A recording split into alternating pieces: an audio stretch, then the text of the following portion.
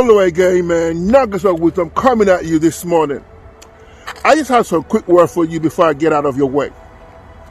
In 2023, you cannot afford to be depleted. Only what do you mean by depleted? I looked at the meaning of depleted. It simply means the use up of resources or storage.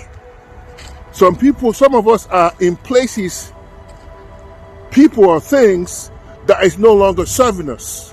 So we're being depleted. You do not want to be used up this year, especially on unfruitful things. And there's no way you can, if you keep on hanging around things that depletes you of your resources, you are actually in the wrong place.